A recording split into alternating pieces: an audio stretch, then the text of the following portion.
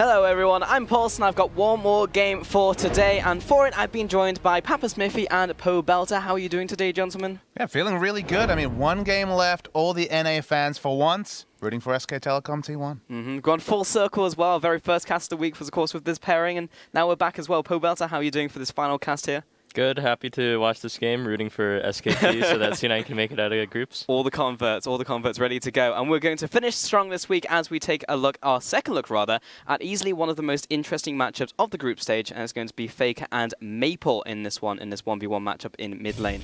And when we were thinking about the matchups to choose, this one really crept out because it's not just the players, right? Faker and Maple, both explosive mid laners, but the way that this matchup went last time was that Flash Wars basically camped mid extensively. 6 ganks in the first 10 minutes, set behind Faker. Once again, it was SKT taken down by Flash Wars, their bogey team. They've never beaten this team on the international stage, so I feel like a lot of the action is going to be run through the mid lane, and these are two very well-respected mid laners. I mean, what's your take, though? Faker, Maple, everyone kind of knows about Faker. Have you ever really had the time to really take a stock of Maple as a mid laner? No, actually I haven't really been able... Well, I have played him against him a little bit in scrims, never on stage, but I mean, he's really good. Their team is very cohesive, and as you said, they're very good at ganking mid and using that pressure. And when Maple plays the aggressive champions, the LeBlanc from him in the past was a really good one, and I mean, the feeling of being camped is kind of the thing that, and that's the wonder is, do you stick with that strategy? Because if SKT learned one thing, it's that if Faker is shut down enough, it really can be hard for them to really run their normal pressure game when the man they look to in the mid lane is shut down. Yeah, for sure. If you were in Flash Wars' shoes, Pobelter, would you just employ the same plan, just come my mid laner real quick? Yeah, and I think one thing to point out is that I believe every time Flash Wolves have beat SKT, they've had Alistar, so okay. I wonder if both teams are kind of thinking like, well, we want to take that away or we're going to take it early. Oh, very interesting. The sword art on some of those support champions, the Karma, the Nami, it's not really the same feel, and again, we really simplify Flash Wolves as Karsa and Maple, but sword art, the support, with the Alistar in particular, the playmaker, the only real playmaking support we've seen at this tournament has meant a lot. Flash Wars on blue side, first picking Alistar is a risk, but we'll have to see how the draft goes, because today, SKT, it's worth noting, have been almost exclusively these poke compositions. Always like it when Sword Art comes online, and we've seen it plenty of times this tournament, but Flash Wars' first ban will be Karma coming out there, and there's the Alistar you're talking about, Pobelter, taken off the table in this matchup. No engage. Zyra banned by Flash was okay, so they saw Wolf running this today. Of course, it was famously Core JJ yesterday that brought the pick out after it was banned by TSM in their first game of the day. So Zyra's support among the Korean team seems to be the hot new thing. Breaking the trends with the support ban outs, and Nidalee will come in as a Karsa ban out, and also Bengi as well, taking that away from his champion pool. No mid bans just yet. I guess the flex of Karma. There's the mid ban of Rise, aimed at Faker, and we'll see what SKT does to close out the banning phase. Now, the big story I'm seeing here, Pobelter, is that both Aurelion Sol and Syndra have made it through to the final ban. They ban away Syndra. Is it first pick Aurelion Sol? Do you feel like that can be powerful, or is it not worth reaching for, given other lane matchups available for that Aurelion Sol? No, I don't think they'll probably spring for the Aurelion Sol. I think that Faker is definitely a capable player, picking something that's going to stick with it, be able to match it in lane, and SKT's a capable team of not succumbing to that early pressure. Yeah, I agree. I think they'll first pick Caitlyn here. On SKT's side, we'll see what they pick up. Worth knowing that Bengi came in for this game. We didn't mention it right at the start, but no Blank. Blank played 5 games in a row in the middle, but it was Bengi at the start and Bengi at the end to bookend kind of this group stage. And with the lock-in of Nami and Olaf, no mid laners have been picked up just yet. Do you think that SKT will give Faker the counter pick on this one, Papa Smithy? I mean, support has been a popular counter pick, but obviously they have the Nami already, so they are set up to try and get Faker a good matchup. They tried to ignore Faker, and Flash was pounced, got a good matchup, camped the mid lane. Champion like Lee Sin can help with that, but they should not be able to get both a playmaking jungler and a counter pick in the mid lane. Otherwise, Flash was really setting SKT up to repeat the mistakes that cost SKT the reverse matchup. See if that's the case, and we are waiting for that next lock-in from Flash Wars. Still not revealing the mid laner. It will be Poppy going into the top lane. Highly valued top laner in this tournament in terms of tanks. Saw the Maokai last game, which was interesting, coming out from the top laner of Amazing J, but it will be back to the Poppy, and now back over to SKT for their picking phase. Looking for probably not the mid lane, so that would leave top and AD carry as the most likely things to pick up here would be Trundle pick. That's been a big pick for Duke, and also Smeb when it comes to top lane. It's always been great against the Poppy, so they've kind of been granted a very safe top lane pick here, and then Bang gets his pick of 80 carries. I hyped him as one of the 3 best Ezreals at the tournament, and certainly could be a consideration in this round of the draft. Out of the remaining mid lane champions, in terms of like the picking phase as well, who do you expect that both of these mid laners will pick up right now, Pobelter? You got to pick a blind mid laner against Faker. Go. What do you do? I'd probably, well, if it were me, I'd probably go with something like Victor, or, I don't know, Cassio's fine in lane, but really not that good versus Trundle and Olaf, I'd say. But, yeah, I mean, the safest pick here is Victor or Aurelion if you're feeling really bold. And actually, SKT's team comp doesn't have too much hard CC, so Aurelion could be a pretty decent pick here. I personally really like the Aurelion Sol because, honestly, just from a purely selfish perspective, I want to know what Faker picks against Aurelion Sol. Does he have a champion? You know, Aurelion Sol and Syndra, it's been all about sitting in the back room, sitting in the peanut gallery, being like, what do you pick against these guys? The answer against Syndra is not much. Against Aurelion Sol, some people have different ideas. So let's see if it's something traditional. People try Cassiopeia, even though it doesn't really feel like you can punish that well. This could definitely be a comp they consider Cassiopeia in. The Rise banned away. Was selecting onto the Aurelion Sol for a long time. We've got 10 seconds left. This is where, as a caster, you speak slowly and wait for them to lock in the pick and then say, ah, yes, this is the Victor lock-in here. But we haven't had it just yet. Just 2 seconds remaining. I will carry on talking, and it will be the lock-in of Victor for Maple. We asked for a safe blind pick mid lane. A lot of teams, including Samsung and even our expert over here, Pobelter, favor that Victor. Has been a standby in the mid lane. Cassiopeia is the risky matchup into the Victor. We actually had that as, I believe, our matchup when we did have this last casting combination. It was the Cassiopeia kind of missing that window of doing damage at the start, getting past level 6, Victor getting Hex Core and really abusing the Cassiopeia. But do you think there's not that much left here really as options? I'd love to see Faker on the Aurelion Sol. I was going to ask, yeah. He's played it once, wasn't super convincing, but this is the time in a match where even if they lose their first seed, to be like, hey, what about my Aurelion Sol? Why not? Or you can be boring and pick Lysandra. I'm hoping for the Aurelion Sol. I really just want to see what Faker can do with the Space Dragon in this game. But in terms of those 2 picks, is Lysandra, if he does choose to lock it in, just a better pickup here? Like likewise with like a Cassiopeia? It's Lion Wave Clear versus Lion Wave Clear. It's a champion that only, I believe, Westdoors played at the tournament, so it feels like almost an old meta pick. What's your take on Lysandra into the Victor matchup, Pobelter? I think that, well, before teams would, as Victor, would just win slowly and then eventually just outscale Lysandra, but teams have gotten a lot better at just forcing plays around the level 6 timing when you can roam and use your ultimate, and even just TPing to lane, Lysandra can constantly shove Victor under his turret, and now that Victor's Hex Core upgrade costs 250 more from one of the more recent patches, you can kind of get stuck in this rut where you're constantly being forced to back being shoved and can't upgrade. Small fun little fact here. Does also force the Victor to take Cleanse, so you lose 1 mobility summoner. The power of Ghost on that 3-minute cooldown has been seen all throughout the tournament, and keeping Victor without Ghost, a slow mage, a control mage, those collapse Victor plays that we sometimes see where he's there for the counter gank, so much harder with no Ghost. So we saw both of these mid laner picks picked very late into the draft, so what does it do in terms of these full compositions? We've got the Trundle top lane, Olaf in the jungle, of course, from SKT. It's something different from SKT. You know, this time it's not a true poke comp. They still have poke elements specifically with the Ezreal, but a bit more of a balanced comp. It's double TP, which they haven't been running so far this tournament. So interesting to see them once again pivot. I was hoping for the Aurelion Sol as kind of the new pick, but double TP for them at least is different. On the other side, the Flash Wolves, I think it's a lot of comfort for them. I would have loved to see the LeBlanc. I really like Maple's LeBlanc, but LeBlanc hasn't been a big pick this tournament, so it seems pretty standard stuff for Flash Wolves. That's my takeaway, at least. I mean, Poppy, Victor, safe in terms of getting through the laning phase and being late-game team fighters. Pobelter, in terms of mid laners, who would you rather be if you were in this game? Would you want to be the Lysandra or the Victor?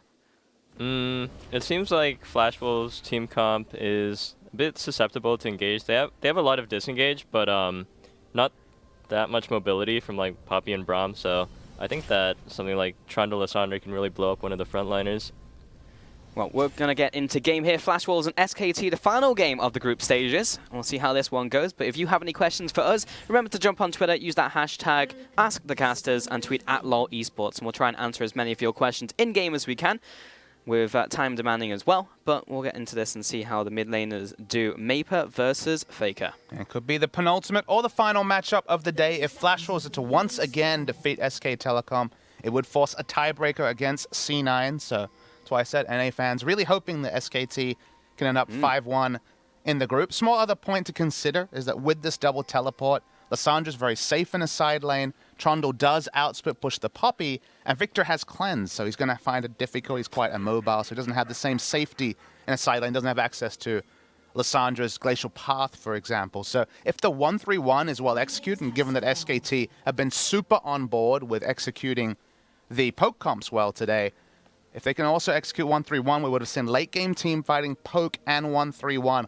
all done well by SKT this tournament. And if you're preparing for them, if you draw them, which of course will be coming after this group ends, if you do draw them, you'd be like ripping your hair out at the end, being like, which one are they going to play? I hope we'll get reaction cams on the teams as well when the group draw happens. But in terms of this early laning phase here, Pobelter, is there anything we should be looking out for in terms of this matchup? Just have to keep an eye on Victor's mana pool pretty much early in this, because it's really easy to get baited into using all your mana to get really easy trades on Lysandra, you know, proc your Q and E, get that Thunderlord's proc, but if you go too aggressively and Lysandra just TPs back, then you'll start to have no pressure against Lysandra in lane. And how does Lysandra as well manage her mana? Because of course she has the passive as well. Does she want to constantly spam those Qs and try and shove Maple into tower? No, I don't think you ever want to be just always spamming your spells on any mid laner besides Aurelion Sol. You always just want to just be last hitting and using your spells to pressure the other opponent. And Faker's so smart about controlling where he pushes the wave. For example, we saw him have the pressure in lane to just leave, put down a ward, get information about Lee Sin's jungle path.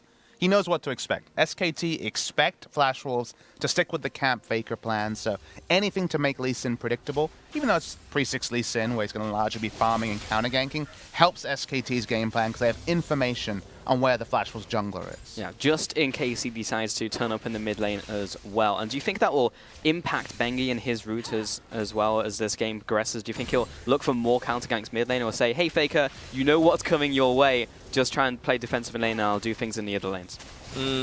No, I don't think there will be that much mid focus from Flash Wolves that game, because Lee Sin Victor isn't a very potent ganking combo, especially against Lysandra, who can just use her E to get away.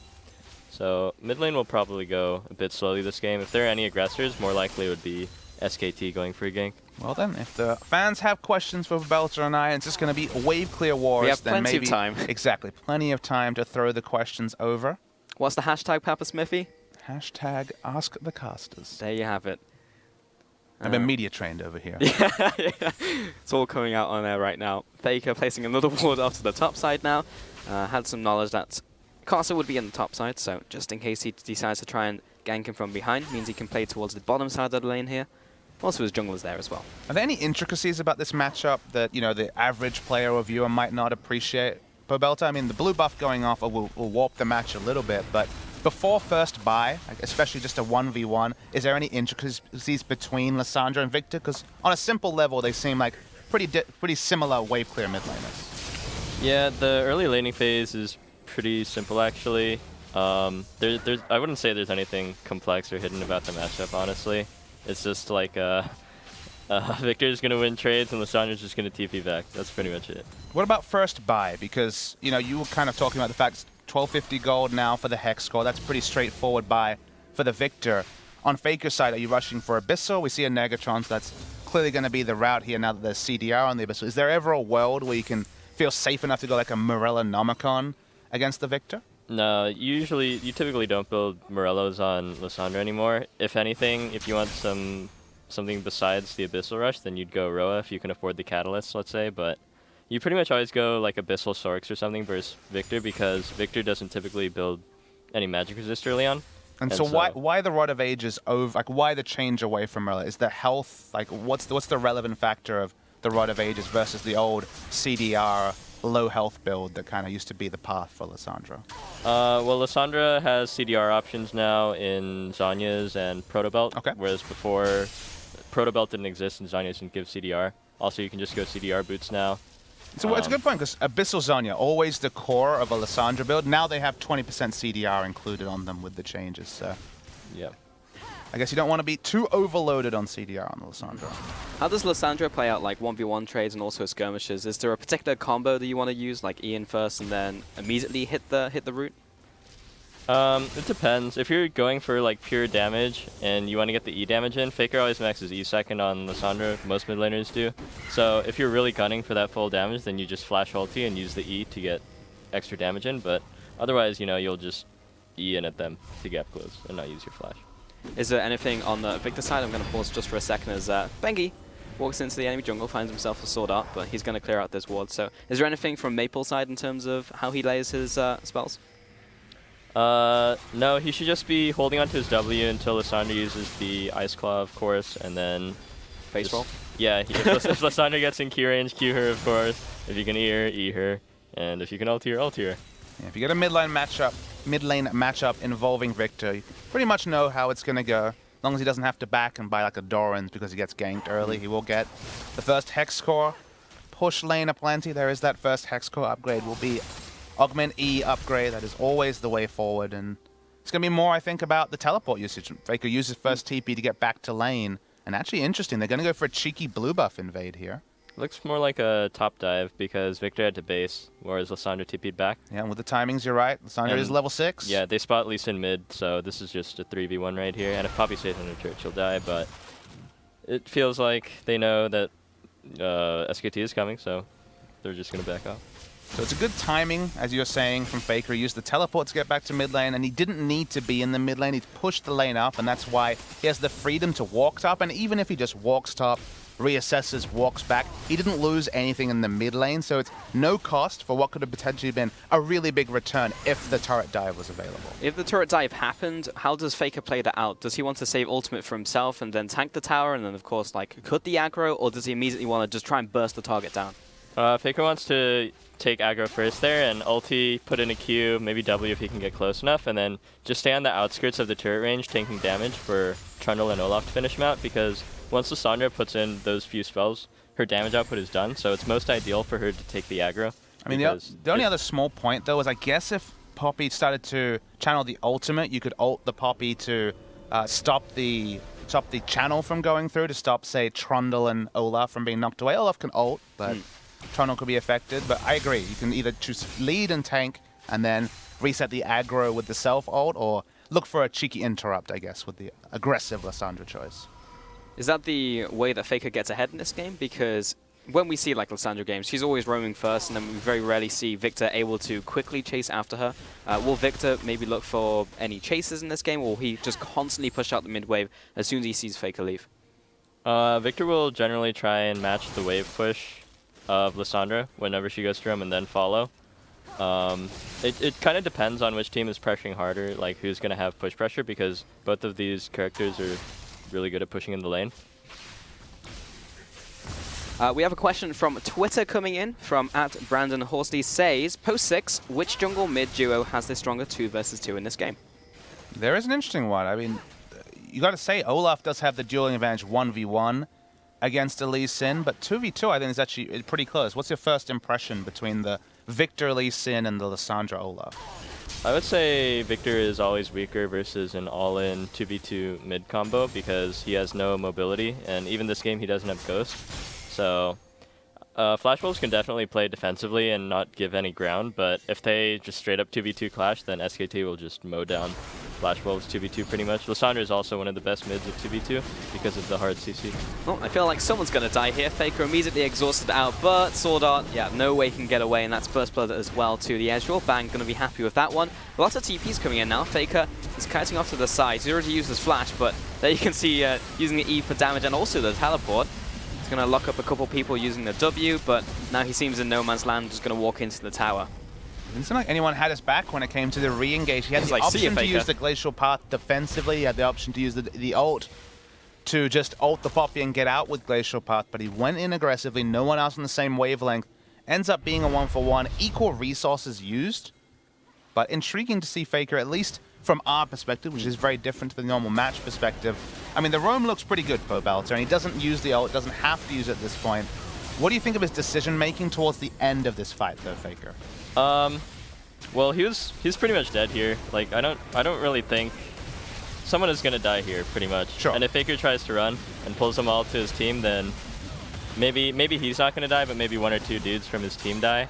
So really it's just picking like who's going to die here. Yeah. And then Faker had already used the E to go in like that, so he's like, okay, just leave me, it's okay. And we kind of see people accept their fate. We saw Smoothie on his Alistar in an early game kind of just take the last Jhin bullet because he didn't want anyone else to even be slowed and potentially be taken down. So Faker gives up his life, and maybe something that supports your theory is that he didn't use Flash at any point during the turret dive. So he keeps the summoner. He can use that potentially in the future aggressively and just gives up his life. Gets him a back, and he's back to lane already.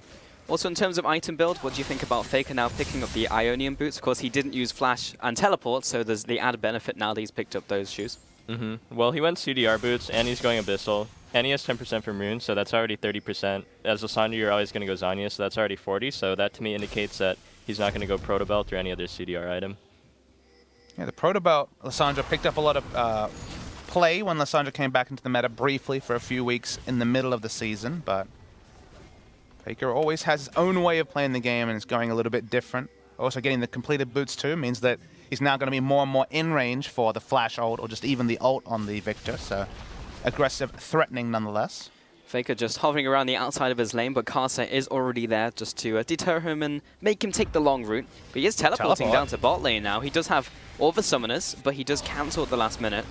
Yeah, Caitlyn double trapped on the ward, so he would have come in and been instantly interrupted even with Flash, so probably smart to cancel. It does also mean he's going to get the wave push advantage, so at least we'll be able to wrestle back a little bit of CS in mid lane, given he's about 10 behind. So we're going to hit another lull here as it becomes minion wave ping pong. So I have another question from Twitter.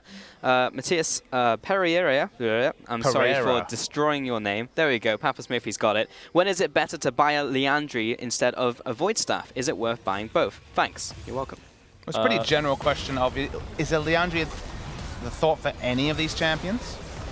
Generally, if there's only like some specific champions that it's really good to go Liandry's on, like Aurelion Sol, Rumble, Brand, Rumble, just Malzahar, something that's like really tanky or has a lot of damage over time. So not most mid lane champions, but you should never replace Void Staff with it, I think.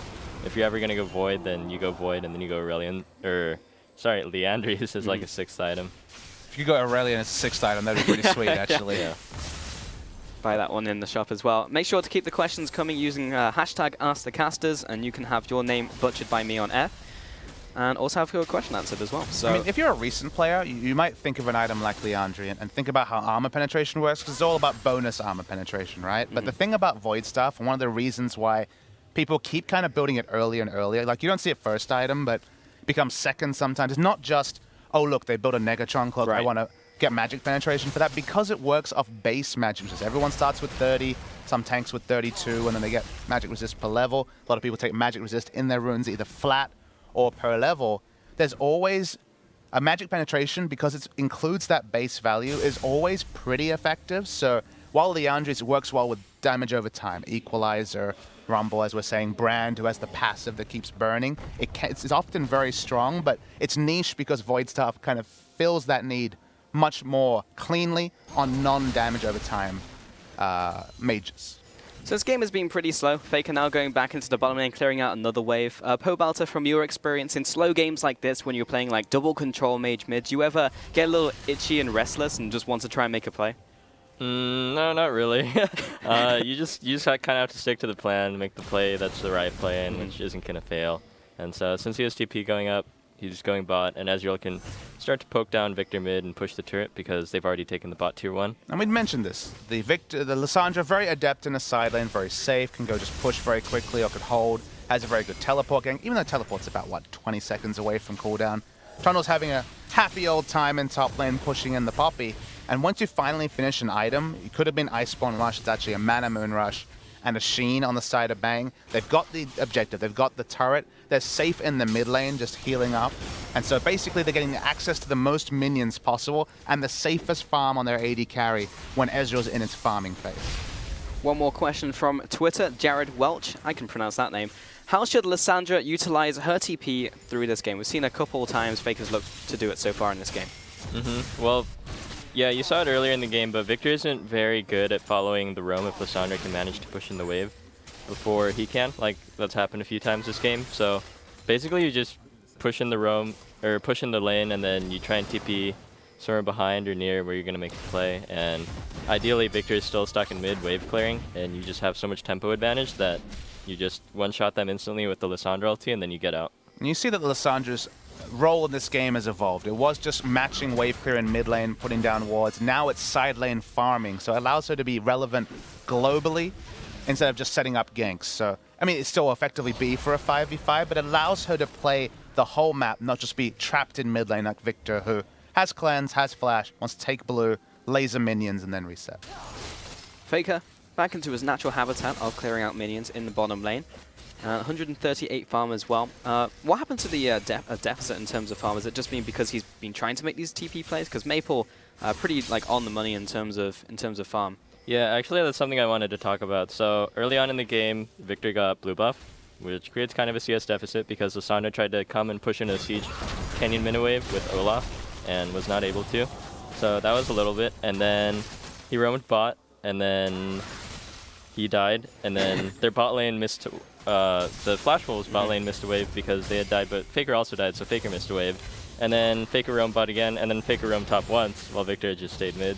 And then that led to the CS deficit. It's also worth noting that Bang has picked up a lot of CS that his opponent number hasn't picked up, so it's not like CS is just going completely wanting. Like, it ended up being a CS trade because Bang was the one with pressure in bot lane. The jungler does have a 10 CS advantage, which is nice nonetheless. Yeah, this is classic sacrificial mid lane gameplay, just like giving stuff up so your side laners get really far ahead.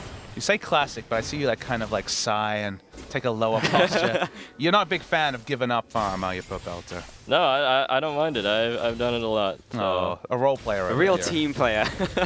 We have another question from Twitter, though. Joshua Staten says, does playing against someone like Faker change the way you play, or do you try to ignore the name? Do you turn names off when you're in game, Popelter? Yeah, I always turn names off. Yeah, I mean, you do your best to try and ignore the prestige behind the name, but there's always like a little bit of... This guy's Faker. Yeah. Speaking of, he's in the bottom lane, ulting everyone. Does get knocked back, but will flash out of the way of the Ezreal ultimate. That's pretty nice. That's a really good angle for Lissandra Q. Yeah, he had a pretty good W into self ult, hitting 3 people there with everything. very fast reactions to flash away. He would have taken too much damage from the long range damage, so keeps alive. Faker doing his thing. It's the map player that's the biggest story, though. We've been talking about a 1v1 matchup. When it's Lissandra versus Victor, mid-lane mechanics aren't going to be quite as important, but just think about the texture of this game. It wasn't Faker on Cassio getting ganked. It was a lot more about playmaking. It was a lot more about playing the map. It's been the story today. SKT taking very risky comps, execution heavy, poke comps especially, and now the 1-3-1, but the execution, clearing this gank, was very clean. Very, very true. You can see Faker coming down here. Talk me through his decision-making as a mid laner here, Popelter. Well, bot lane turret is already dead on the side of Flash Wolf, so he knows he can TP behind there and chase him down the long lane. So already that's a really, really good position to be in. And then they all clumped up for the AoE, and even here they're clumping up for the Q, so it's a very opportune position, and he took advantage of it. And Poppy, when she's there aggressively, when she's making the aggressive moves, does a lot, but when she came in late on the teleport, you kind of need time to either charge up the hammer for a disengage or look for a pick, and kind of was caught between two. Didn't really accomplish much, and that allows SKT to snowball. It's only 3,000 gold. It's certainly not a big lead, but remember, this is the bogey team for SKT. This is the team. I mean, Flashwolf said it. We can beat Korean teams. It's the NA teams, the other teams that give us bigger struggles. So SK Telecom, long way away from actually taking down this game. Real wrench in the works. And we have one more Twitter question. Keep them coming using the hashtag AskTheCasters. Adam Bowen says, what do you think is the best counter to the popular Victor pick at Worlds? Of course, Faker is playing the Lissandra and picked that last pick in this game as well. I'm guessing it's the big S. I'm guessing it's Syndra. Yeah, Syndra is really good against Victor. Usually that's banned, so... I mean, Lissandra this game is actually looking really well, not as a 1v1 lane counter, but as you can see, he's getting a lot of roam plays and TP plays off. Let's think a bit more edge mode. What about like Zed, for example? No, Zed's a really bad pick right now. I would not say Zed. I'm trying to think of things that are good versus Victor in lane right now. You got... Anything cheesy? Anything cheesy. Anything I can play? Anything It's true, he only plays cheesy picks. I play ranked with this guy. It's like, I'm an Alawi top main. I'm like, really? I went 0-10. That did happen. Yeah, that did go well. In NA and in Europe a little bit, people were favoring Zilean as kind of the Victor counter pick because you just zone Victor with your bombs during fights, and then Victor, who tries to just get that fast one-shot on someone with all his bursts, you just revive them. So that's kind of annoying to deal with, but we're not really seeing it rear its head here at Worlds. I mean, we saw the matchup once. Faker and Bjergsen, no, sorry, Bjergsen and Crown. Crown played the matchup, and it just felt like the AoE. It wasn't so much of the single target deletion, it was the AoE damage, and Bjergsen also misjudged some trades in the mid lane, so... Yeah, well, he got solo killed.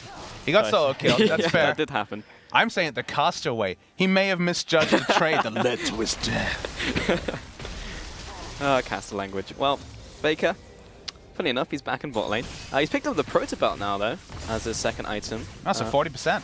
It is, that is 40%. What do you think about this one, Pobelter? Wow. Doesn't need blue now. Well. Yeah, that's pretty weird. I guess he... I mean, I sometimes did this when I was like playing Lissandra and I first started using Proto Belt, and I kept forgetting, damn, this item gives me 10% CDR. I'm gonna be over 40%. How blue intensive is Lissandra as we move to the late game? Because you think, okay, very short, spammable Q. Sounds like she uses a lot of mana, but to me, it's all about Lissandra's first rotation, kind of. Obviously, there's maybe a second rotation, but the first rotation seems the most important. So is blue core on this champion just purely from a mana regen perspective, given that he already has 40% CDR? Not really, because Lissandra's passive makes her pretty good at conserving mana, and she's a champion with very low mana cost. That's why players don't even go mana items on her.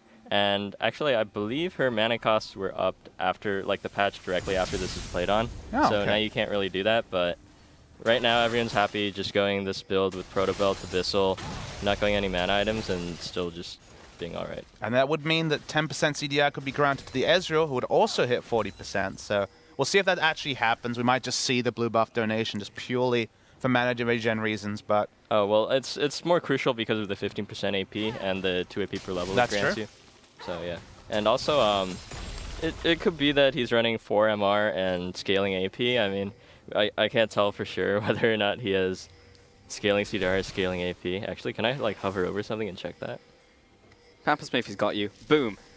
37%. So he does have scaling CDR, I would guess, to get to 37%. Yeah, he does. So blue buff maybe still it's useful, at least for CDR, till about level 17, 18, then it might just be a wash. And while we have a bit more time, I will ask another Twitter question coming in from Saul, who says, this is for Pobelter, why is GLP 800 not seen on AP mid laners other than Aurelion Sol? Generally, you're not playing a type of character that's so melee and in your face as Aurelion Sol in mid lane, and that's when GLP is most valuable, when you can put it on squishies and just chase them and not care about anything like Aurelion Sol. As most mid laners, you need to kind of keep your range, and you're not able to use GLP on enemy squishies and chase them. Here comes the fight here as well, chasing after Sword Art. Faker just getting all the damage off, everyone clumping up, but Maple is trying to burst him down, drags him into the gravity field. There's a nice kill there, 2 for 1. And Maple now getting chased down for his privilege. And yeah, Maple is pretty dead. Carter still chasing under tower, and this is going really well for SKT, chasing so far. Another kill, 4 kills, and MMD has to walk back into the tower. Faker's dead, both mid laners are dead, but MMD does manage to survive. 4 for 1 is still pretty good for SKT. Yeah, nice aggressive rotation once again. Bang was basically free hitting through the back end. This man is wonderful at the Ezreal's Q accuracy is one of his greatest traits, and yeah, a really big win for SK Telecom. Continuing the snowball, keeping the pace high to the game, and Bengi casually clearing on very low health.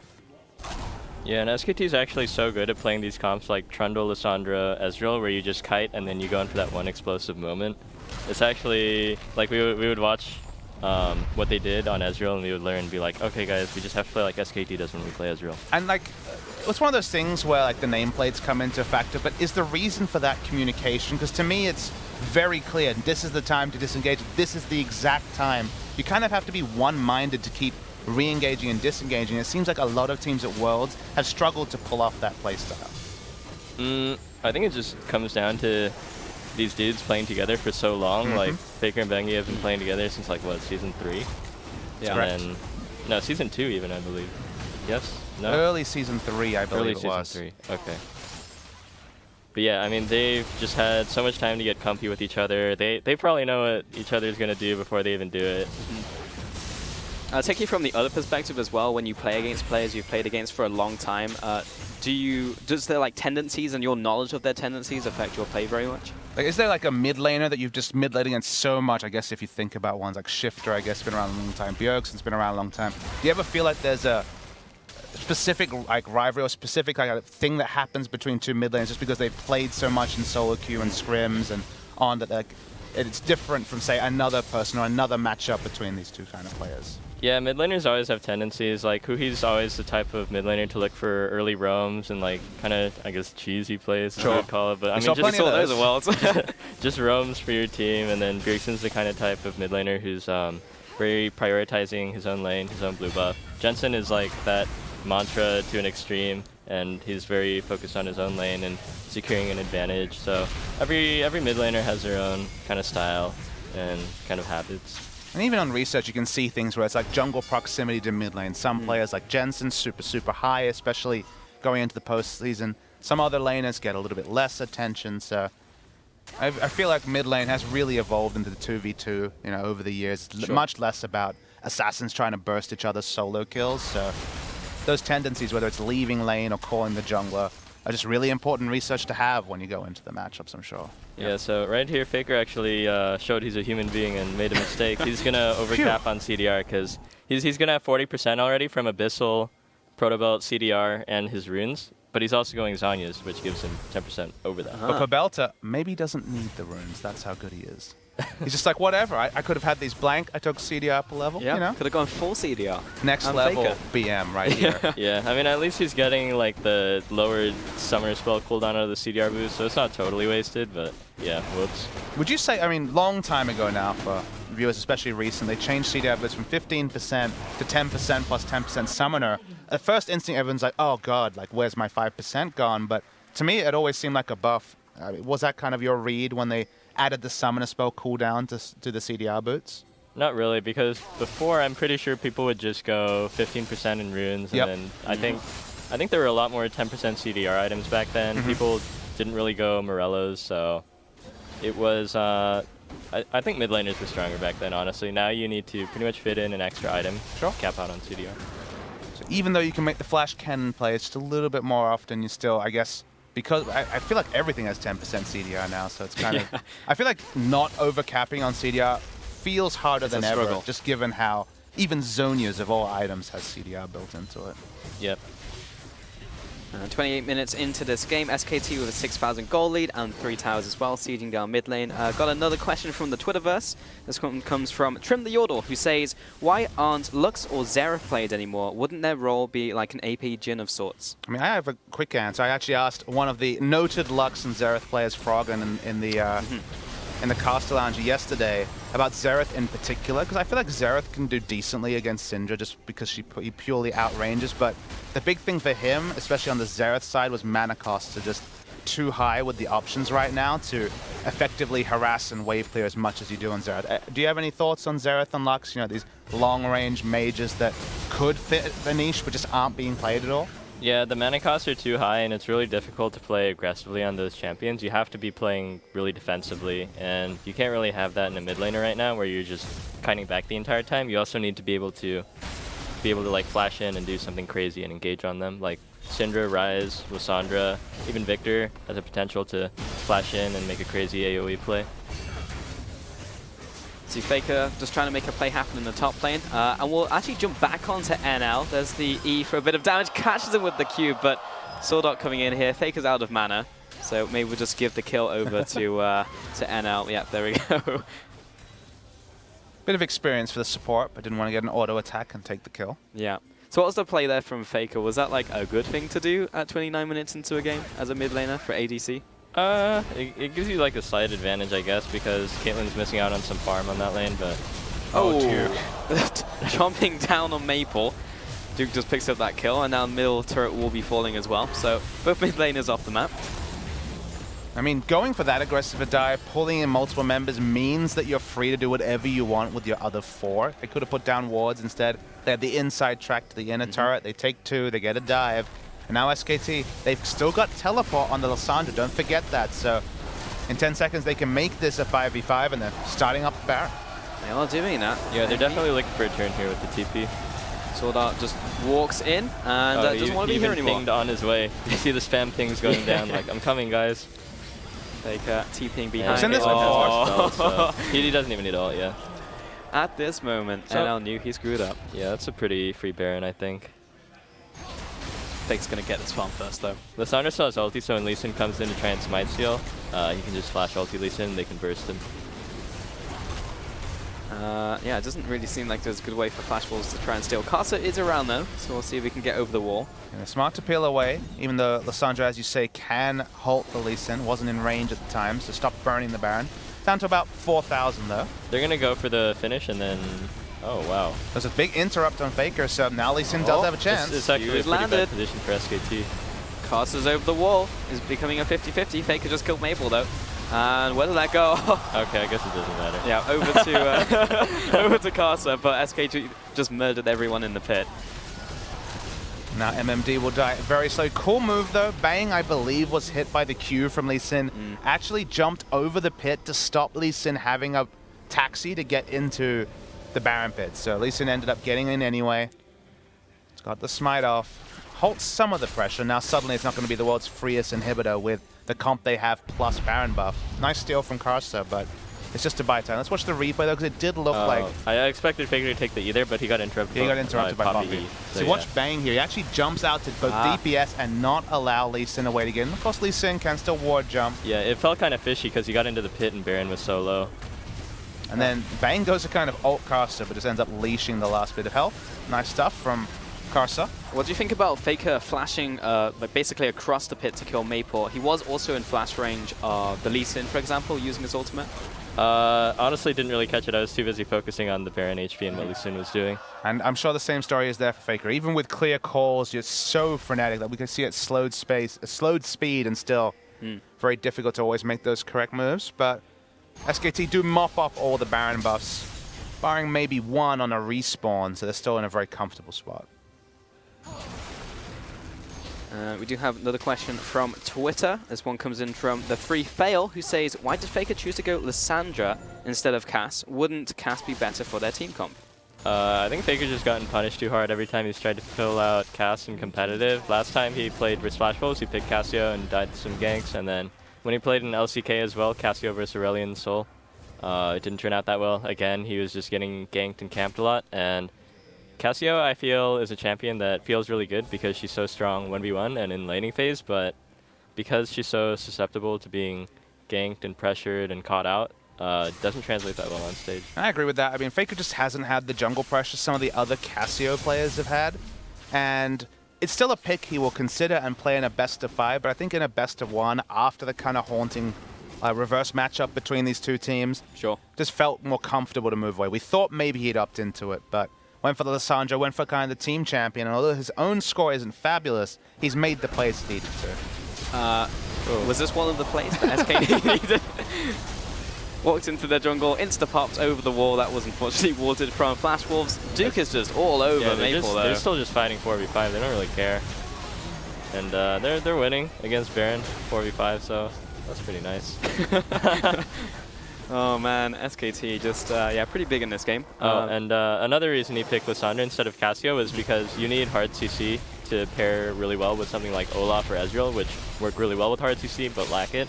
So if you pick Cassio there, then you have too much soft CC, too much just damage dealing, not enough hard CC. And you get the worst of Victor in this game because he's not able to take Ghost, and he's always kind of the follow mage. He's like, I'm going to wave clear, then assess my options. Forcing him into cleanse stops him really being able to get to the counter games with Cinnamon. The replay, well, he was in a ward, so died instantly, but then you get to see someone like Bang on a champion's comfortable on knowing the limits of the Ezreal, going in aggressively, and so SKT know the spot, and it's impressive to see them be so aggressive down their mid lane. Yeah, even while Faker just ran all over them. Oh, Maple, he's in the bush. There's Duke as well, but he just got pulled back into the kick got interrupted. Yeah, I think Duke's just going to walk away. He is going to get ulted as well. We'll have to flash. Yeah, Rylai's doesn't get the last zap off.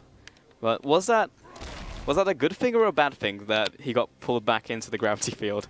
I think in the end it didn't have that much impact. Like, he would have ended up in melee range of Victor, and Victor would have had to back out a little bit, but he's still getting kited the entire time with Rylai, so I think it would have been the same result, honestly. And 35 minutes into this game, SKT with a pretty strong advantage, 3 dragons, pretty significant goal lead as well, up in kills, up in towers. Another question from Twitter, Far From Forte says, if the game is dragged into late game, who has the advantage? And do you think we'll get there? If we're talking like 6 items, then I would say Flash Wolves would, because Victor and Caitlyn scale better than Lissandra and Ezreal, I would say. But, you know, like 4 items, 5 items, I think SKT still has the edge, and they're going to hit those spikes way earlier. Yeah, I agree. I completely agree with Pobelter. I mean, it's also assuming that the two teams run at each other with 6 items. Like, Poppy famously gets completely outsplit pushed by Trundle, so there's kind of the double teleport, the 1-3-1 to consider that Flash Wolves really don't have good answers to. But specifically at 6 items, choosing to fight over a Baron or something to decide the game, I think Flash Wolves have the slight edge. We'll see if we actually get there, because Maple just got deleted in the mid lane by Bang and Wolf. No, that was just Bang. They got deleted in the mid lane by Bang there. And I think SKT are probably going to start sieging. There's a Duke in the bottom lane.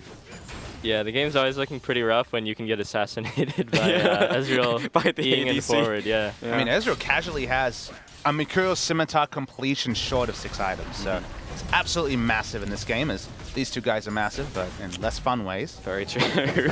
How do you feel as a mid laner, specifically as a Victor, when you were 1v1 by the enemy ADC, Pobelter? Oh man, it's not a good feeling. And usually it's pretty hard to siege against Caitlyn like this, but because Victor's not even alive, they can just do it. Min Tower's dead, Inhib's dead, Faker's alive still, and I think SKT will back away and be pretty happy with how that went. Baron's up in a minute. I mean, games like this have been few and far between for SKT. Back in spring, it was all about Lulu mid, Bang does his thing in the late game, fantastic late game team fighter, or more Evolution at that time, or other picks. You know, for the last year and a half, honestly, it was a really big strategy for SKT. Even though it's not a utility mid, they've tried to plug and play the Karma, and it's worked and it hasn't. The Lissandra's at least a different mid laner to a Cassiopeia, to a pure damage mage. She's more about the initiation, she's more about the 1-3-1. And finally, SKT, and specifically Bang, has had the space to do what he can do at his best, and this has definitely been Bang rolling over Flash Wolves. Yeah, I mean, 8-0-5. He's basically full item build now. Do you think he'll... This is moving away from mid lane, but will he actually sell his boots, or will he stick with that? Because with late game ADCs, you will see them swap out like boots, but is that the same for Ezreal?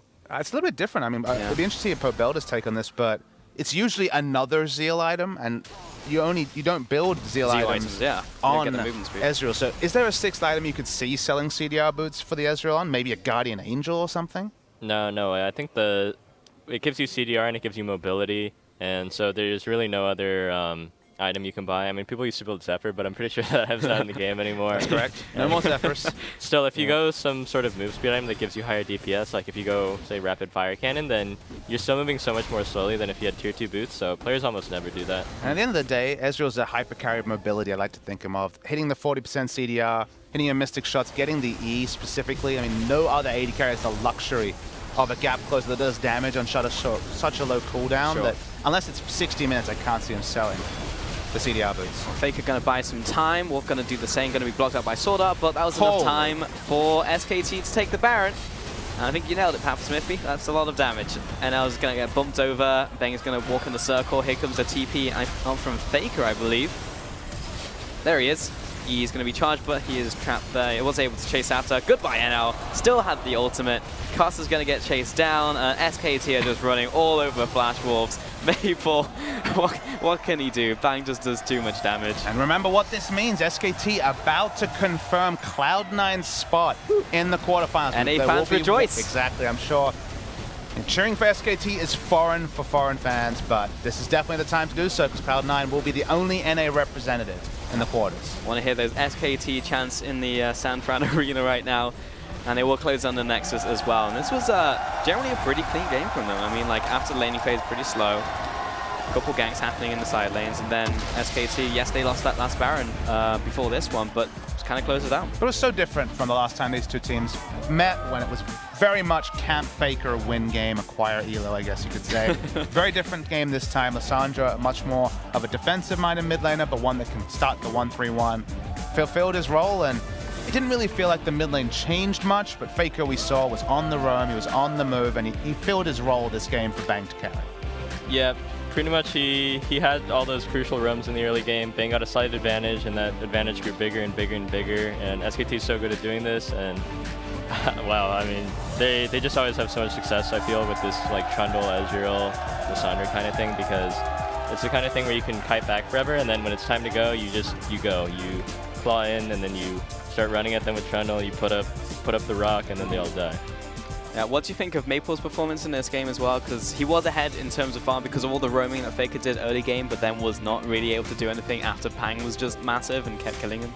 Yeah, it's kind of unfortunate because to a certain extent you have to just like stay in mid lane and be clearing the creeps, but to win on that side as Victor when Lissandra is roaming so much, I feel like you also have to, when Lissandra has a successful play and then you start to have lane pressure because Lissandra doesn't have ult, you also have to coordinate with your jungler and force the play as well.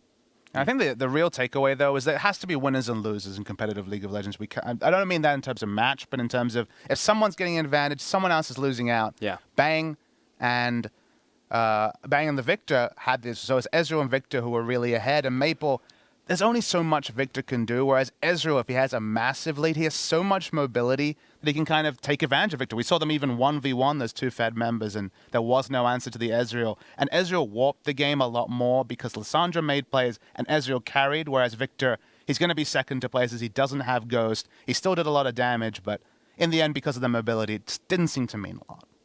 Yeah, was there any way for Flash Wars Made to have stalled a little with the Victor? Because you guys were talking about having them as a late game composition would have the slight edge over SKT, but clearly SKT just went Baron and just like forced them to come out, right? I mean, before that, they had their AD carry instant kill the wave clear of the Victor. So that's what really seemed to speed up the game for me. So there's probably 5 minutes that was basically going to be extended to this game, if not for having Victor dead, taking inhibitor turret and closing the game.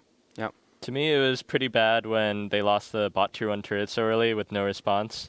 So that set them like pretty far behind, but the nail in the coffin kind of, I feel, was when Faker TP'd behind them again in that long lane, and then they ended up getting 2 kills. Yeah. I feel like from there, it's just like a slow snowball until your eventual death, because from there, SKT just had complete control of the game. That's pretty much what happened. Thank you very much, guys. That will do it from us today. So thank you very much for joining us, you guys at home as well. We'll be back next week for all new player experience streams as Worlds moves on to the quarterfinals in Chicago. However, now we'll be tossing it back to the analyst desk for a breakdown of this game and a wrap-up of the day. From myself and all the casters, guests, and production crew, thank you for watching.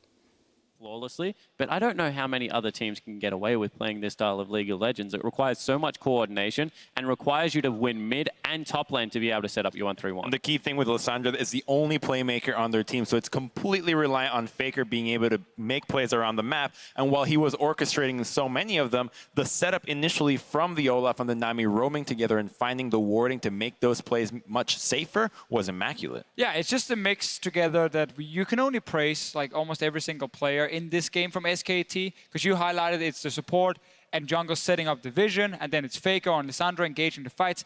I think Flash Wolves made a mistake in playing Victor against SKT, because I think the way they normally beat them and the way you should beat SKT, again, is by having a mid laner with more pushing power, more early game presence, because you need to stop Faker from going and impacting these side lanes. If he can go bot lane and give Bang 2 kills, SKT will always win. But let's have a look at why they were actually getting the side lane kills. It was because somehow a Caitlyn was being shoved under the turret repetitively, and Alan Sorda got completely outclassed in that bottom lane, just 2v2. They were real shaky. I do actually think the matchup is in favor of SKT, especially the first few levels with Ezreal in there. He's super, super strong when we look at the first 3-4 levels. And that gave them enough of an advantage to then push in the lane. And then one roam happens, and then you get the big advantage. And to be fair, both Bang and Wolf played phenomenally. I mean, Wolf's Nami was hitting bubble left and right. And when you're hitting even double bubbles at times, that's a lot of free harass. You know, well, the bubble is a two-way street. I mean, the NL was just having a super soaker week. He was just getting left, right, and center. The bubbles. He bought boots to try to dodge them and still couldn't dodge them. The first by Zerker Creeps is very questionable, but you speak about plays around the bot lane. Let's go ahead and take a look at our first replay. 17.5 in, bot lane turret dive, 2 for 0 for SKT. And I think this is the absolute strongest thing about SKT. If you don't put pressure on mid side, they can start setting up some plays like this. There's obviously a double TP coming down, and then it's on Faker to engage perfectly, and he does it every single time. 3-man snare into his own ulti, that's on 4 members. Double bubble. And then it's very easy to land the double bubble, but obviously credit to Wolf as well on that one. And this is how they just keep snowballing, and you can always rely on Faker to engage these fights perfectly. And that's why he can make Lissandra work, where almost no other mid laner at Worlds right now would be able to do that. And we always talk about when the Flash Wolves. It's Kasa and Maple. And this time around, it was actually Duke as well as Bang that was able to cut Maple off. He didn't get the rotation down into that bottom lane, and they just didn't have the damage to be able to follow up on the play. So, heads up play out of Faker to kick it all off. But in a sense, zoning away that Victor, the one champion that was relatively in the game, was probably what saved it. But again, Victor can never roam, in the first place, and that's the problem. If Maple is just sitting alone in mid, he might be strong enough, but the rest of his team will lose around him, and he's not able to help them, and he has to be able to help them for Flash Wolves. But to be fair, I think that Flash Wolves really overplay their hand in both side lane plays from SKT. That bottom one, they got so overextended after not having a tier 1. The double TP is up. You know that you can get easily flanked. Same with the top defend. That was just absolutely abysmal. And it's just a lack of respect for what SKT can do with a TP in the mid lane, which is not something that we see so often. And it's also another opportunity where they just didn't cut their losses. One more time, 2 people should die here. You should give up a turret. Instead, they keep spending TPs. They go back in. And credit to SKT, because they're good enough to punish you for this every time. Love the bubble here on MMD in the back, and then he actually ends up having to flash over, and he's now on the wrong side. And he's not able to join the fight. Not only you shouldn't even have lost 2 members here, in my opinion. As soon as you have zero control mid in your own jungle and they start roaming, you gotta leave that tower. Don't even say and think maybe we can hold it, maybe they're back away, because they won't. If you play against a team who's so good at playing, by the book, understanding, okay, now we can go dive top tower, that's our strong lane, you should always be able to respect and almost predict the play. I mean, 40,000 damage out of Bang. He was having such an amazing game. The second SKT started executing the 1-3-1 with Bang in the mid lane, it was just disaster for Flash Wolves. Nobody could actually deal with him and Nami hitting pretty much every Mystic shot. And when you go with that Trinity Force build, that 2-item spike is going to be just the strongest DPS you can have at that time for an AD. And Crumbs, you pretty much just hit all the reasons that Bang is receiving player of the game. But of course, part of what allowed him to do that was the play setup by Faker. And although Faker will not have had as impressive a scoreline, he definitely helped get Bang to that place where he can go 10-0-7 and do 44% of the team's damage. Are you kidding me? Yeah, that's insane. But once again, just want to repeat that going into best of 5 now, teams need to start respecting the plays on the map. The flash headbutt pulls, the double TPs,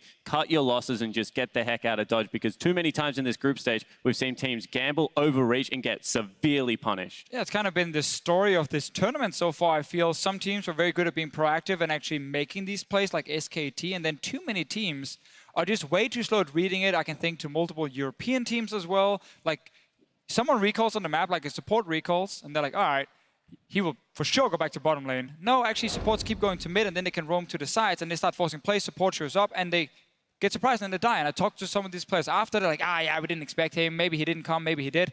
You got to respect that, because it will happen. And I personally attribute that to just the communication. That's something that when you're seeing somebody off the map, you have to call them Mias and pretty much call out all the possibilities of what can happen. If somebody's off the map, you have to call out they can go top, they can go middle, or they can TP down in this location. And as long as a team is able to look at each of those options and make sure that everybody understands the dangers around each one, these plays are going to be respected, and the punishment is not going to be nearly as severe. And I want to save some of this quarterfinals discussion for a little bit after the group draw show, but now with the group stage completed, let's take a look at the teams advancing to Chicago. Our top 8 teams at Worlds 2016 are Albus, Nox, Luna, Rox, Tigers, SK Telecom, T1, Cloud9, H2K, Edward Gaming, Samsung Galaxy, and Royal Never Give Up. So gentlemen, as we look at these 8 teams, now I want to start talking about, who's our front runners? Who are we looking for having great matchups, or what are their roads to victory? I'm going to say Albus, Nox is the only team that does not have Koreans in them.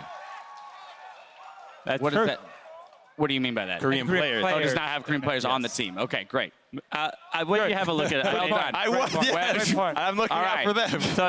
So when you have a look at the groups, we've just said it time and time again, Korea has still won 3 first seeds. That's absolutely insane. And the scary thing is now, SKT, they look crisp, but Samsung Galaxy, they won 2 games in 24 minutes. Rox Tigers, they were the favorites coming in. Like, who the heck do you want to draw out of a pool 1 right now? Sure. H2K is the only one that looks like you could possibly fall as. And then actually H2K looked insanely good when they got the 4-0, because they were so good in the early game, especially like if you can't match the laning phase against H2K, you will struggle against them. I think the cool thing is now looking at like all the groups and overall which was the strongest and weakest. There's a lot of talk, some people say Group A was the weakest because like Albus made it out, but then CLG and G2 underperformed big time. I think a lot of people look at a Group B with C9 now making it, but Flash Wolves and IMA had so many bad games as well. It's really hard to pick the one group, because that can actually tell a little bit more of like which second seed will be strongest, because all 4 second seeds have shown so many issues, so They've many shown weaknesses. Inconsistency, Yeah. right? Because even as you talked about with H2K, if they play like they did on their week 2 day, then they look as good as probably any of the other first seeds on their good day. But on their poor day, who knows what could happen, right? I'd be happy to draw them probably as a 2 seed for my best opportunity as a victory and coming out of the quarterfinals. Yeah, and the team that you're probably worried about the most as a 2 seed is probably RNG right now, because they just look like a complete wild card. They look like they have good lanes, and then they have bad lanes. They look like they can play macro. The next game, they look absolutely lost. Like, no one can pin down, like, what is actually going on with RNG right now, because honestly, they're just so inconsistent. Right, well, what about EDG, rather? Because as a 2 seed, again, I don't know how many allowances we give a team where we say, look, we know they're better than this. Look, we know they're better than this.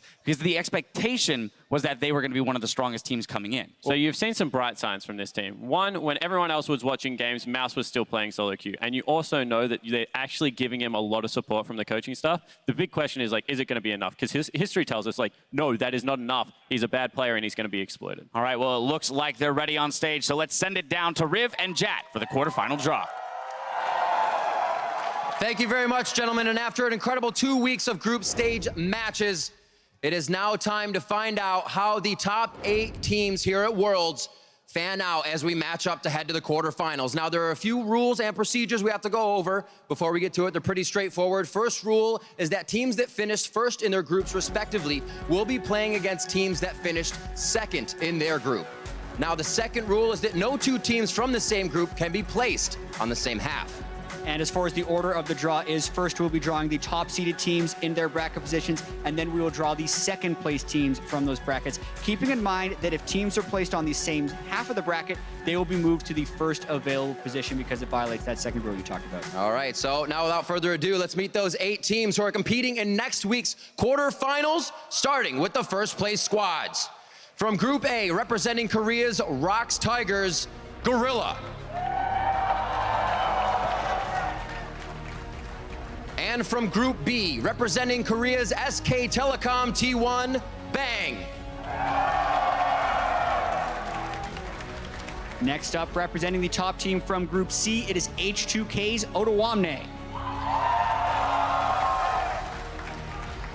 And from Group D, representing Korea's Samsung Galaxy, it's Cuvée. And on the other side of the stage, we have the second place teams from each group, starting with the representative for Albus, Nox Luna, a Miracle. And from Group B, representing North America's Cloud9, Sneaky. Next, we have representing the second place team out of Group C, Edward Gaming's Clear Love. And rounding out the final 8 teams here today, representing the LPL's Royal Never Give Up, Uzi. Each of the teams' representative had their names placed inside the bowls that are here on the stage. The top-seeded teams are in Pool 1, while the runner-ups are in Pool 2. Drawing the teams into their quarterfinal matchups this year is North American star and 3-time Worlds participant, Immortals AD carry, Wild Turtle.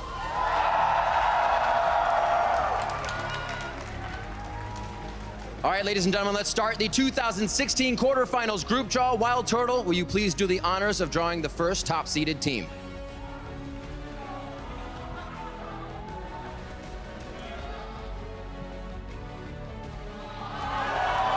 SKT has been drawn, and they will go into the top left of the bracket. Wild Turtle, please draw the next team.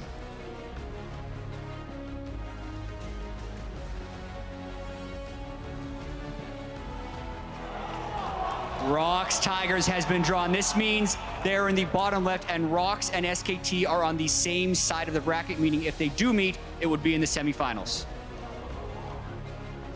All right, Wild Turtle, please draw the third top-seeded team.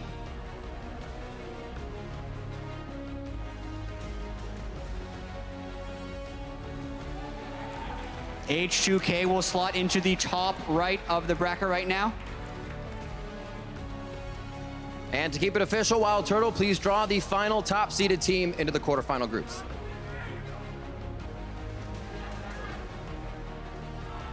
And Samsung Galaxy will now be the final top-seeded team that has been drawn. The first seeds are set. All right, this is where it gets interesting. That completes the first half of the draw, but before we start drawing the second half of each matchup, reminders that teams from the same group cannot be drawn into the same half of the bracket. Wild Turtle, please draw the first quarterfinal matchup. An example of this is if Cloud9 were to be drawn right now, they would slot into the right side of the bracket since SKT is on the left. Albus Nox Luna has been drawn top left to face up against SK Telecom. What a matchup to face into. Correction. Unfortunately, there has been some confusion. The matchup, I'm waiting on clarification, I'm sorry. There is a clarification to be made. Because of what would be an invalid draw of them being on the same side of the bracket, I believe Albus Nox Luna will be playing against H2K, I'm hearing.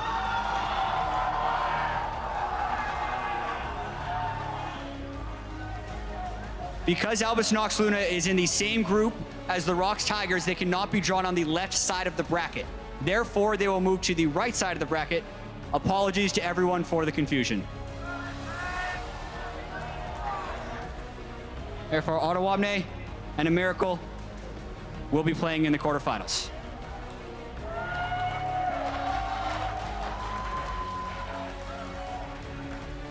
Definitely a bit of a change, but a matchup that will surely please the fans. And just for clarification, this is no change. This is how the draw was supposed to be doing. Absolutely. It was an error on our end to announce the wrong pairing. The draw is valid. Wild Turtle, will you please draw the second quarterfinal matchup?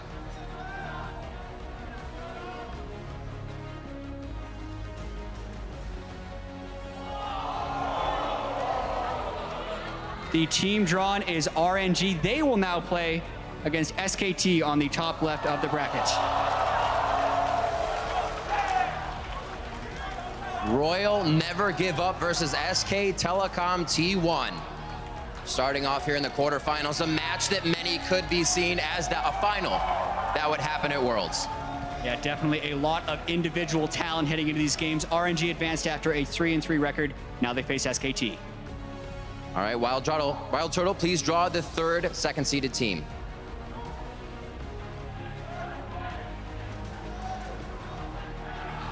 The drawn team is EDG.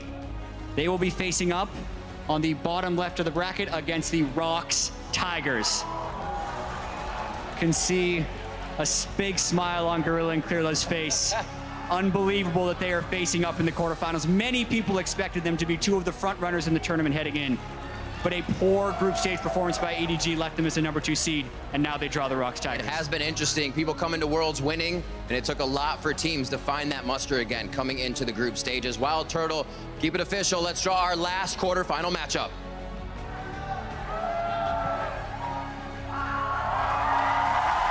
And just to make it official, Samsung Galaxy will play Cloud9 in the final quarterfinal matchup we have drawn.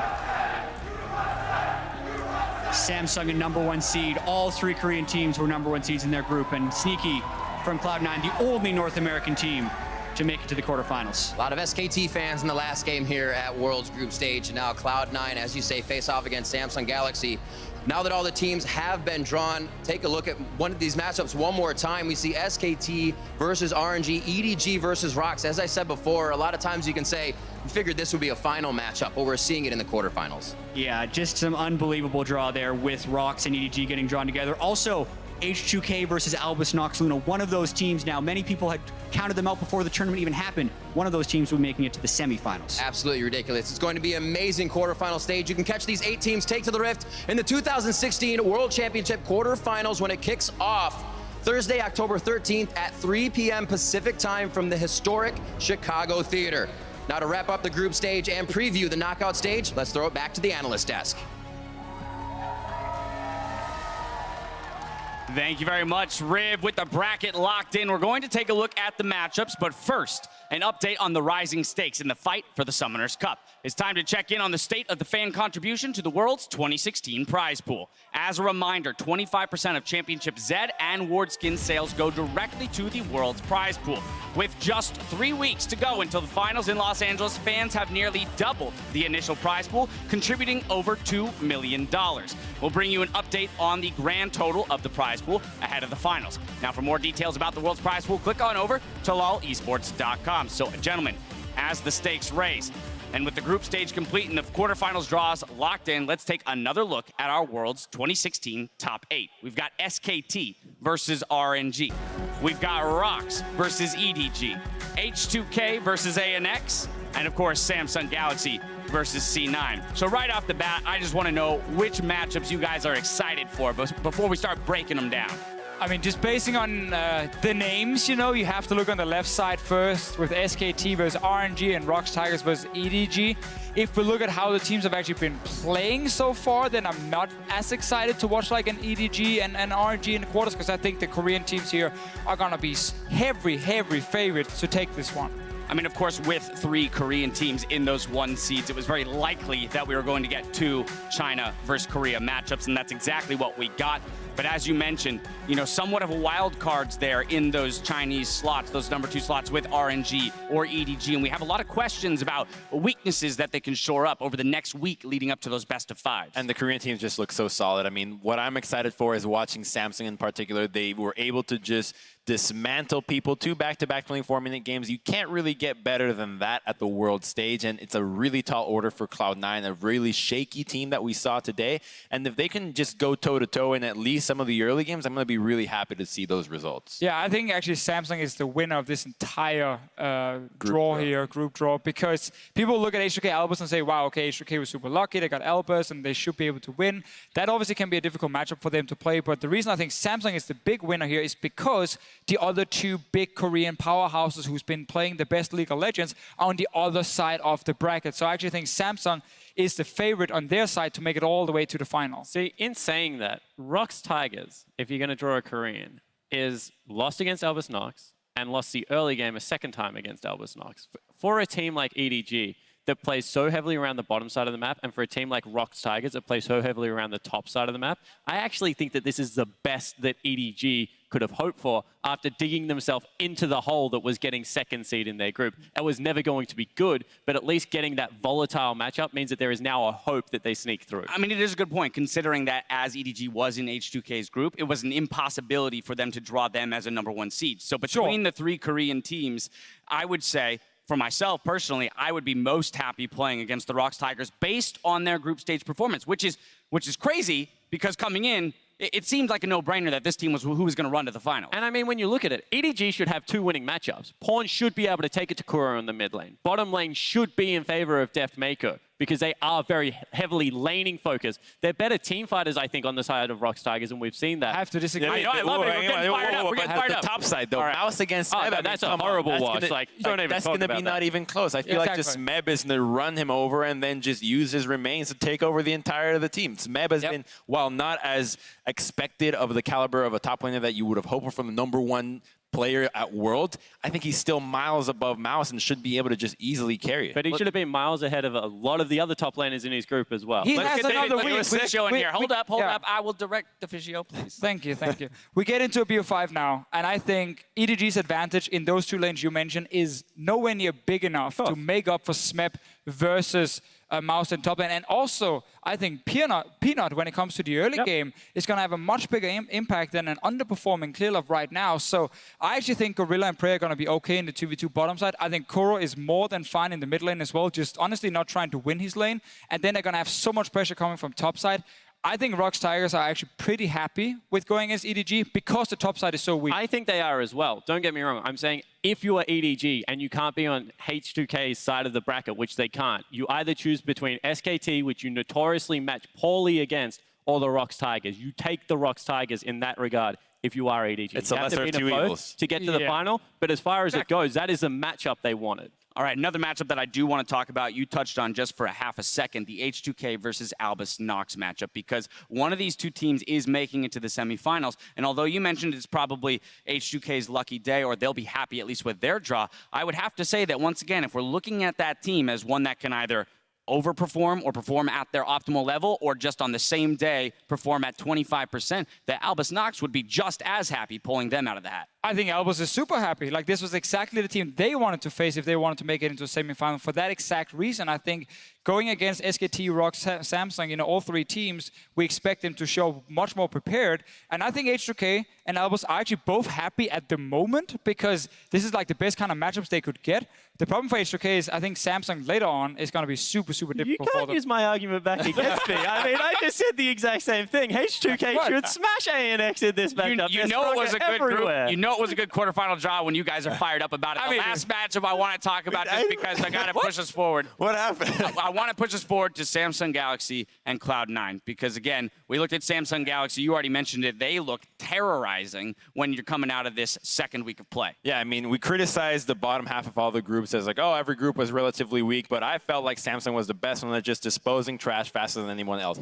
Those games were so quick, and they're just so good at League of Legends, and their champion pools are just so random, especially in the mid lane with such a massive pool. It's very difficult to target man and actually put him on something that isn't relevant. And just Crown in general has such a field day in all these games that I think that against Cloud9, it's a really tough match. Right, so now I'll ask you, are there any redeeming factors about this matchup for Cloud9? Is there a window or a way to victory for them in a best-of-5 series? That's the key. Cuvée has shown inconsistency in the past, is the only thing I will say. In the past, he's looked pretty solid at this tournament. He looked solid all through a regional run. Maybe, you know, that is something that they can look to exploit with their veteran in Impact, but honestly, that's like grasping at straws. Yeah, I can see C9 match in the early game for sure, but I think Samsung's late game is miles ahead of C9. So it's going to be one of those games where you look at the first 25, 30 minutes being the decider for C9. If they go further into the games, I think Samsung will take it. So all in on early game, and C9 might have a chance, but I think Samsung is going all the way to the final. All right, well, the bracket is set, so tune in next week as the chase for the Summoners Cup continues live from Chicago. Wednesday at 5 Pacific, join Rib, Freak, and the rest of the PTL crew for another special Worlds edition of Primetime League. Thursday, quarterfinal action kicks off at 3 Pacific when Samsung Galaxy takes on Cloud9. And remember to stick around after tonight's show for Worlds Tonight, featuring Shox, Kobe, and Crumbs. That's going to do it for us here at the Bill Graham Civic Auditorium. On behalf of us at the desk and the entire live broadcast crew, I'd like to thank the fans in San Francisco and around the world. We'll see you in Chicago as the 2016 League of Legends World Championship continues.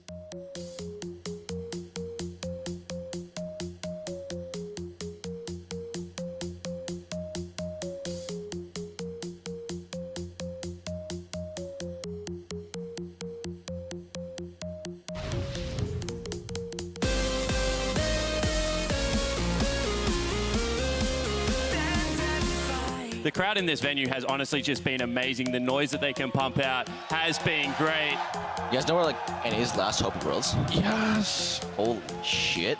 No flash, and who do they give the kill to? It's gonna go over to Sneaky. First blood into Cloud9 against SK Telecom T1.